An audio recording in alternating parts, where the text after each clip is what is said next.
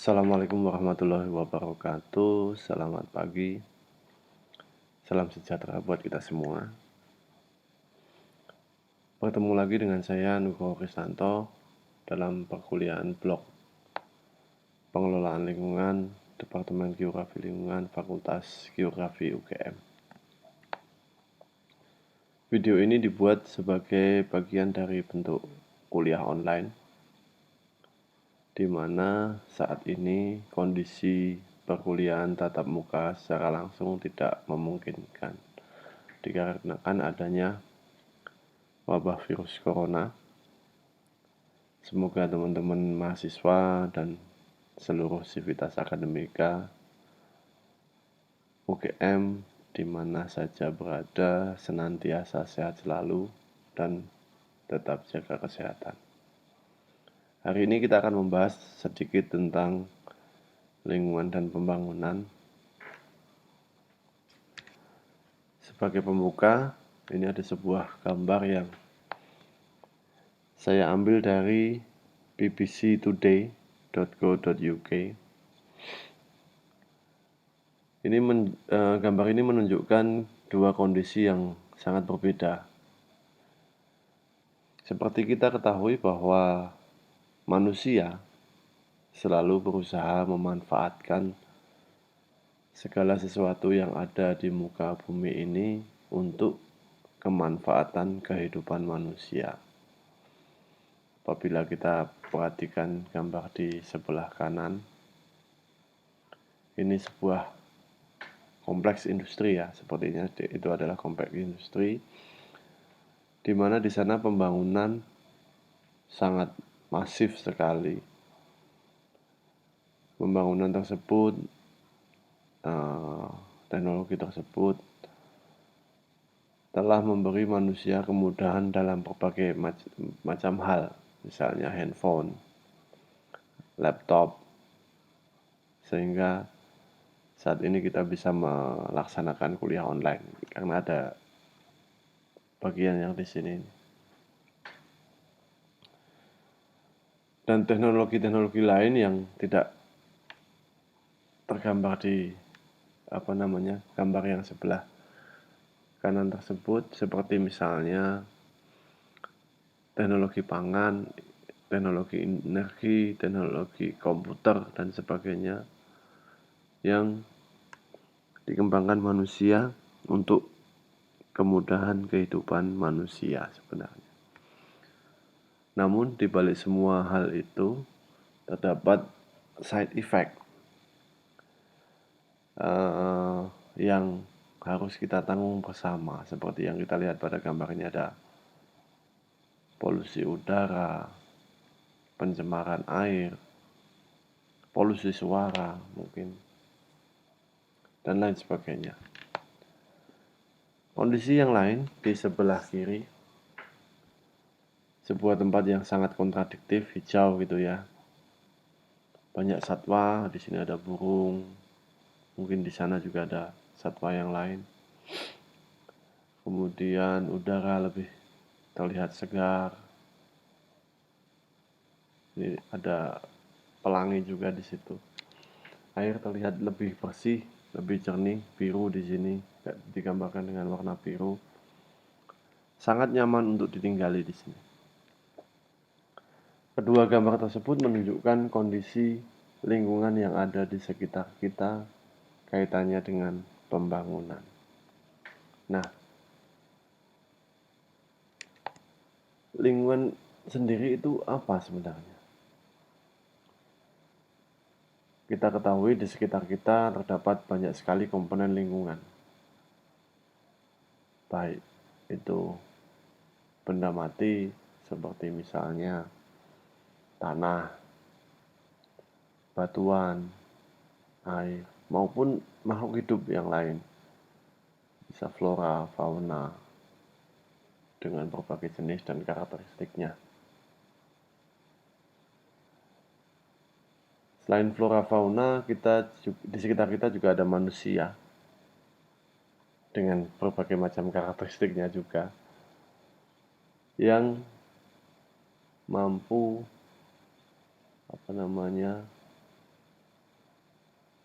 mempengaruhi sikap dan perilaku kita. Nah, ini bisa diartikan sebagai lingkungan di sekitar kita terdapat manusia lain yang mempengaruhi sikap perilaku kita, culture kita. Kemudian ada kondisi biogeofisik yang ada, kemudian flora fauna yang mungkin menentukan perilaku kita. Itu disebut dengan lingkungan. Misalnya orang yang tinggal di pesisir akan sangat berbeda dengan orang yang tinggal di wilayah pegunungan. Ini bukan membedakan orang pesisir dengan orang pegunungan, tapi memang karakteristiknya berbeda karena kondisi fisik, kondisi lingkungan sekitarnya berbeda. Nah, ini ada beberapa definisi dari ahli yang saya ambil dari beberapa sumber, antara lain yang pertama adalah Otto Sumarwoto. Beliau adalah ahli lingkungan. Menurut beliau, pengertian lingkungan adalah seluruh benda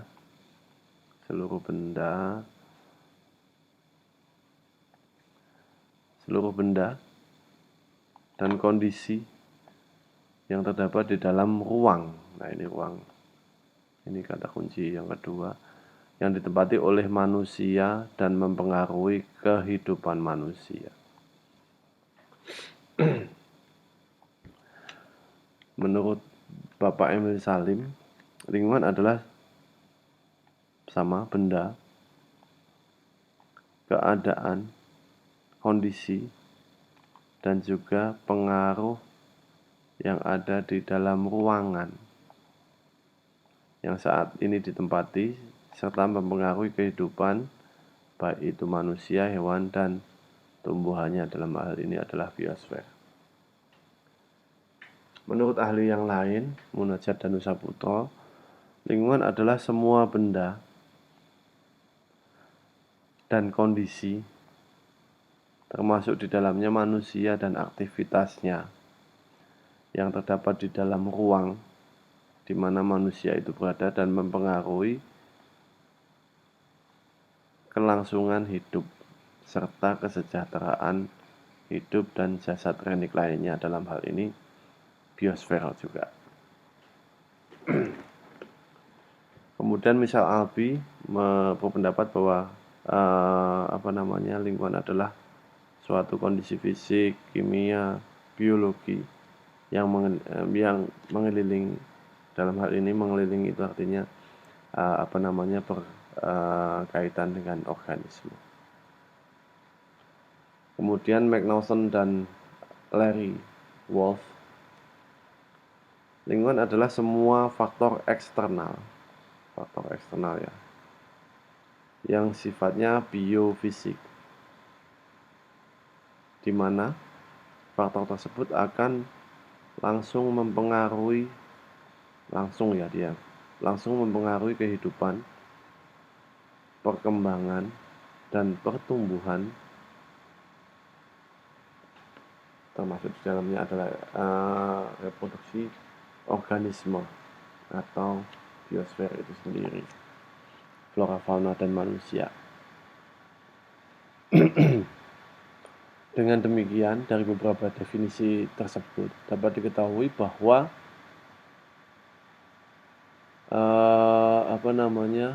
lingkungan, di dalam lingkungan terjadi interaksi yang dinamis antara manusia dengan manusia yang lain, manusia dengan komponen biofisik kimia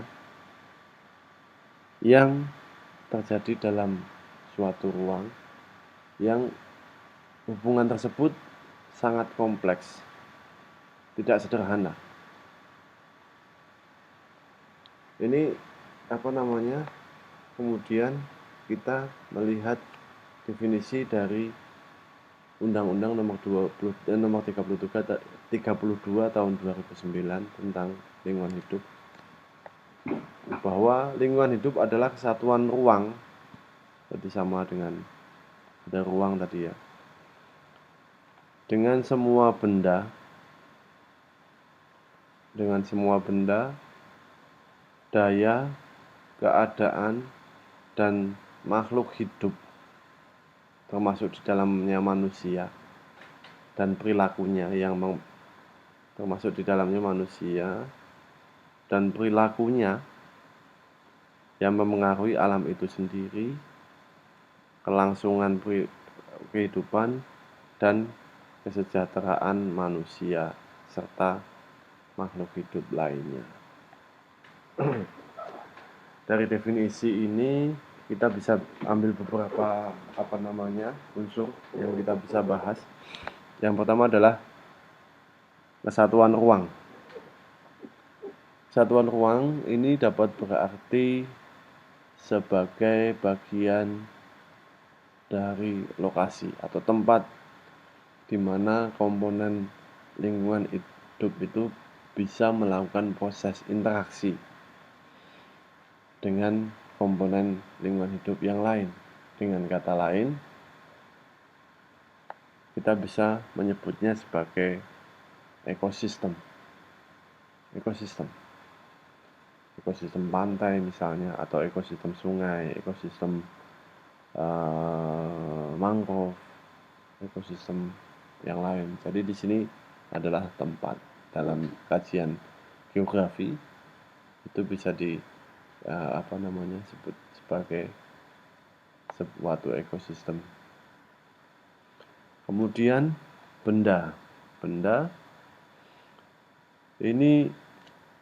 itu dapat diartikan sebagai materi atau zat. Kalau yang kita kenalkan benda itu ada benda padat, benda cair, gas gitu ya. Itu sama dalam konteks ini itu benda ini adalah bisa benda yang berwujud dan tidak berwujud. Misalnya yang berwujud itu bisa tanah, batuan, udara, tanah, batuan, kemudian air, tanaman, flora, fauna, dan sebagainya. Itu adalah komponen lingkungan. Yang tidak berwujud, yang tidak kalah penting adalah udara, yang dia juga menempati komponen ruang tadi. Yang berikutnya adalah daya. Tadi sudah kesatuan ruang, sudah benda, sudah daya. Daya ini bisa diartikan sebagai energi atau tenaga atau kemampuan untuk melakukan interaksi. Nah, seperti misalnya kalau kita kembali ke daur hidrologi, daur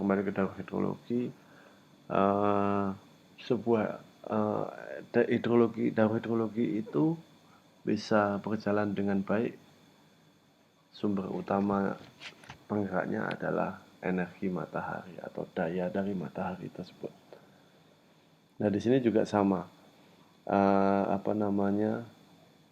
Interaksi antara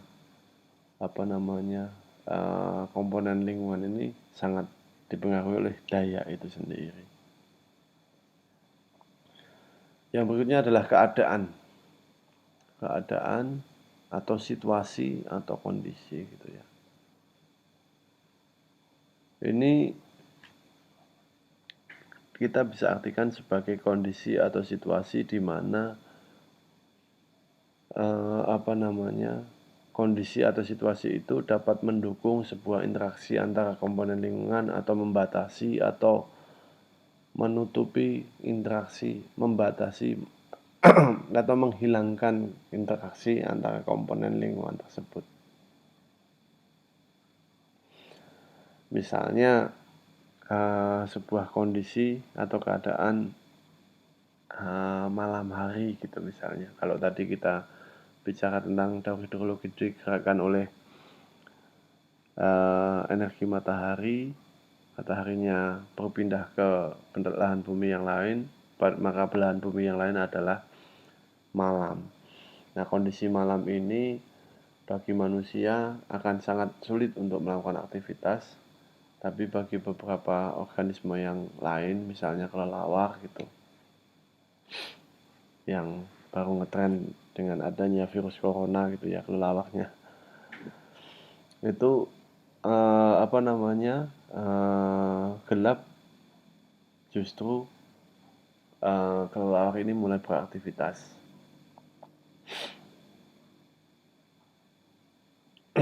Kemudian makhluk hidup termasuk di dalamnya manusia, manusia dan perilakunya. Ini adalah komponen lingkungan yang cukup dominan dalam interaksi lingkungan.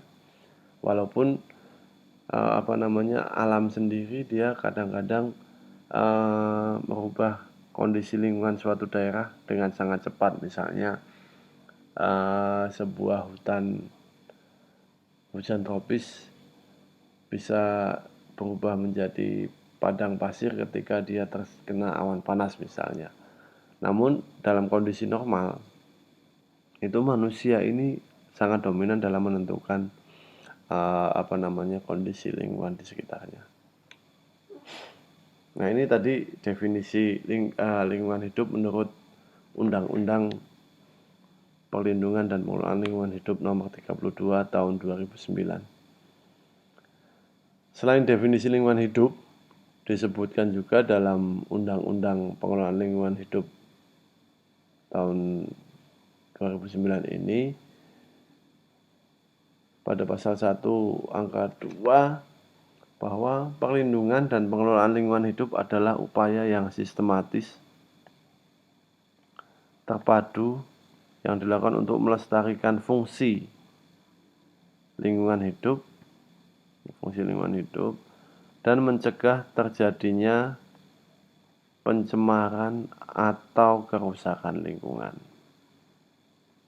Nah, ini prosesnya ada perencanaan, pemanfaatan, pengendalian, pengawasan, dan penegakan hukum. Nah, instrumen perencanaan, pemanfaatan, pengendalian, pengawasan, dan penegakan hukum ini kita bisa artikan sebagai environmental management atau pengelolaan lingkungan. Nah, pengelolaan lingkungan ini harus memperhatikan unsur-unsur lingkungan hidup. Unsur-unsur lingkungan hidup itu ada culture yang terdiri dari sosio, ekonomi, budaya, kesehatan masyarakat, biotik, flora, fauna, dan manusia juga. Kemudian abiotik, geofisik, kimia. Nah, ini irisan dari ketiganya ini sangat penting dalam kajian lingkungan hidup. Ini kaitannya dari tiga unsur ini. Nah, dalam pengelolaan lingkungan hidup ditegaskan bahwa negara itu punya hak untuk menguasai, mengatur, mengelola sumber daya alam yang ada yang menyangkut hajat hidup orang banyak melalui mengatur peruntukan, pengembangan, penggunaan kembali atau daur ulang, penyediaan, pengelolaan, pengawasan, menggunakan instrumen-instrumen hukum serta pajak misalnya. Nah, nanti akan dibahas lebih banyak tentang instrumen-instrumen pengelolaan lingkungan. Oleh karena itu, dalam pembangunan pengelolaan lingkungan hidup ini, konteks yang paling pas itu adalah wawasan Nusantara sebenarnya kalau di Indonesia. Karena kondisi objek kajian itu adalah kondisi objek geografi yang sangat spesifik. Dia bersifatnya kepulauan, kita terletak di Katulistiwa, berada di dua samudra, pelajaran geografi waktu SMA ya itu ya. Yang memiliki kekayaan sumber daya alam yang cukup melimpah. Yang ini tertuang pada pasal 33 ayat 3. Bumi, air, kekayaan alam dan isinya dikuasai sepenuhnya oleh negara dan digunakan sebesar-besarnya untuk kemakmuran rakyat, sehingga diperlukan pengelolaan lingkungan yang baik, karena ketika bumi, air, dan isinya itu dimanfaatkan sebesar-besarnya tanpa dikelola, itu yang terjadi adalah kerusakan lingkungan, sehingga perlu pengelolaan lingkungan. Nah, pengelolaan lingkungan sendiri itu apa? Pengelolaan lingkungan sendiri itu adalah sebuah proses intervensi, ini menurut Setiawan tahun 2000 ya, adalah sebuah proses intervensi publik yang sistematis. Di sini ada kata kuncinya sistematis dan terus-menerus dalam pengalokasian dan pemanfaatan lingkungan dan sumber daya alam yang ada untuk mengoptimalkan pemanfaatan lingkungan dan sumber daya dengan mengurangi eksternalitas dan ketidakadilan lingkungan dan menuju pembangunan yang berkelanjutan. Nah, bagaimana dengan Indonesia saat ini? Nah, kalau kita lihat dari perubahan Undang-Undang Lingkungan Hidup tahun nomor 23 tahun 97 ke nomor 32 tahun 2009, itu pada pasal 3 pada masing-masing undang-undang itu ada tujuan dari pengelolaan lingkungan hidup. Kalau pengelolaan lingkungan hidup pada tahun 1997 itu berbunyi pengelolaan lingkungan hidup yang diselenggarakan dengan asas tanggung jawab negara. Jadi negara yang bertanggung jawab di sini. Asas berkelanjutan dan asas manfaat bertujuan untuk mewujudkan pembangunan berkelanjutan yang berwawasan lingkungan dalam rangka pembangunan manusia seutuhnya dan pembangunan Indonesia seluruhnya yang beriman dan bertakwa kepada Tuhan Yang Maha Esa. Sedangkan Undang-Undang Nomor 32 Tahun 2009 itu perlindungan dan pengelolaan lingkungan hidup bertujuan untuk antara lain ada 10 ini ya. Melindungi wilayah NKRI dari pencemaran dan atau kerusakan lingkungan hidup. Kemudian menjamin keselamatan, kesehatan, kehidupan manusia, menjamin kelangsungan kehidupan makhluk hidup dan kelestarian ekosistem, menjaga kelestarian fungsi lingkungan hidup, mencapai keselarasan dan keseimbangan lingkungan hidup, kemudian menjamin terpenuhinya keadilan generasi masa kini dan generasi masa depan. Kemudian menjamin pemenuhan dan perlindungan hak atas lingkungan hidup sebagai bagian dari hak asasi manusia. Kemudian mengendalikan pemanfaatan sumber daya alam secara bijaksana, mewujudkan pembangunan yang berkelanjutan dan mengantisipasi isu lingkungan global.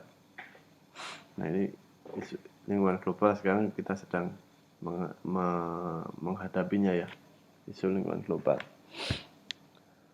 Nah, tujuan yang tercantum pada pasal 3 Undang-Undang Nomor 23 Tahun 97 sebagaimana telah diubah menjadi Undang-Undang 32 Nomor 2009 itu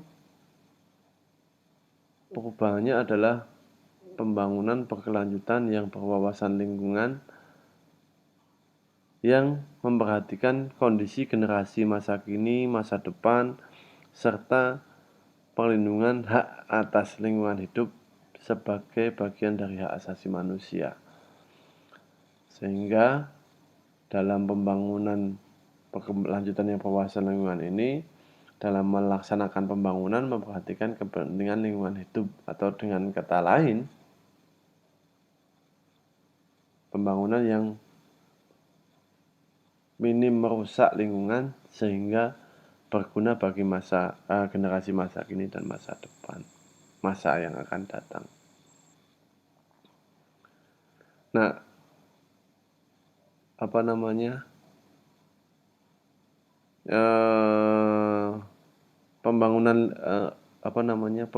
lingkungan, pembangunan yang berkelanjutan yang berwawasan lingkungan ini bisa diartikan sebagai sustainable development, environmental sustainable development. Menurut Susan Smith, untuk mencapai sustainable development dalam meningkatkan mutu hidup generasi masa kini dan masa datang, itu ada 4 caranya. Yang pertama adalah pemeliharaan hasil-hasil yang dicapai secara berkelanjutan atas sumber daya yang dapat diperbarui. Jadi yang dapat diperbarui itu dipelihara. Kemudian melestarikan atau menggantikan sumber daya alam yang bersifat jenuh atau bersifat tidak bisa diperbarui. Jadi dia dilestarikan atau diganti. Kemudian memelihara sistem-sistem pendukung ekologis. Ini sangat penting sekali. Kemudian memelihara keanekaragaman hayati. Nah, konsep sustainable development ini itu sendiri banyak sekali yang menentang atau kontra gitu ya. Karena apa? Karena sustainable development ini easy to say, difficult to be done. Gitu. Seperti sebuah mimpi untuk mencapai sesuatu. Tapi ketika dalam pembangunan lingkungan itu kita harus memikirkan tentang masa depan memang. Ketika bermimpi mengelola lingkungan yang baik saja tidak berani, maka pengelolaan lingkungan hidup di Indonesia yang berwawasan lingkungan atau pembangunan di Indonesia yang berwawasan lingkungan akan sangat sulit tercapai. Ini sedikit pemantik diskusi kita pada pertemuan lingkungan dan pembangunan. Sekian dari saya, nanti kita bisa diskusi lanjut melalui grup WA atau grup WA ya. Sekian dari saya. Semoga teman-teman mahasiswa dan sivitas akademika di manapun berada selalu sehat selalu dengan kondisi seperti ini. Selalu jaga kesehatan ya, jangan menganggap enteng isu corona ini. Sekian dari saya. Wassalamualaikum warahmatullahi wabarakatuh.